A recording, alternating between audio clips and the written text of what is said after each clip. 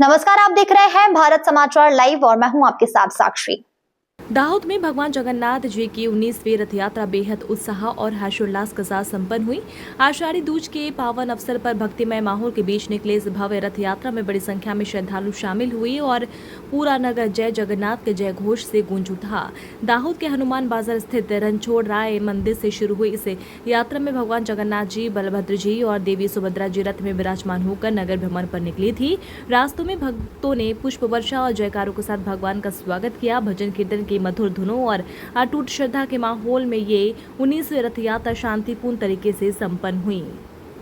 जय जगन्नाथ। आज भगवान जगन्नाथ समग्र दाहोद में भ्रमण करीने आज पोताना निज धाम खाते हमणां पधार्या छे।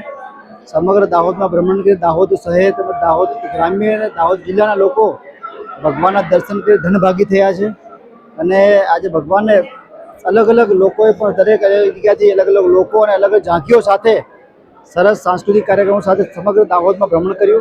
वाते गाते ने आनंदनी बात तो ये कि समग्र दाहोद जिल्ला અને दाहोद ग्राम्यथी पण भगवानना दर्शन करवा माटे लोको दरेक रोडे रोडे गळीए गळीएथी लोको दर्शनार्थे पधार्या छे।